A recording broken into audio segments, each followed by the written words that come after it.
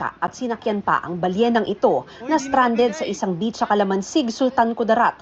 Ayon sa nagpost ng video na si Hazi Masukat, napadpad ang nanghihinang balyena sa Coral Beach kahapon ng umaga. Pero imbis na tulungan, dinagsa ito ng mga tao. Ang ilan, sumakay pa sa likod ng balyena habang pilit itong lumalangoy palayo dahilan para sumadsad ang tiyan nito sa mababaw na bahagi ng dagat. May 5 naman aniyang lalaki na sumubok itulak ang balyena papunta sa malalim na bahagi ng tubig. Lalong gumulo ang sitwasyon nang palibutan ng mga bangka ang balyena at tila ginawang atraksyon ng mga nakasakay. Sa investigasyon ng LGU, alas 6 ng umaga kahapon napadpad ang sperm whale sa public beach. Meron pong nakitang tatlong balyena na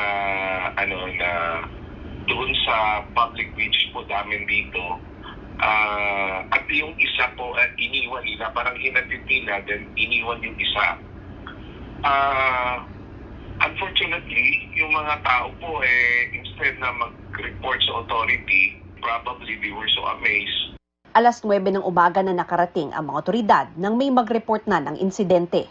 Mabilis naman daw na-disperse ang mga tao, pero pahirapan ang pag-rescue sa balyena.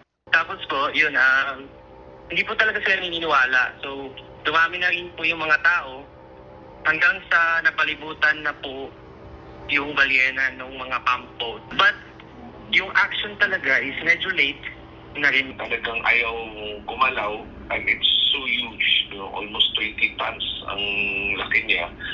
So, inabot po siya ng low tide doon. So, we have to wait na naman na magkaroon ng high tide.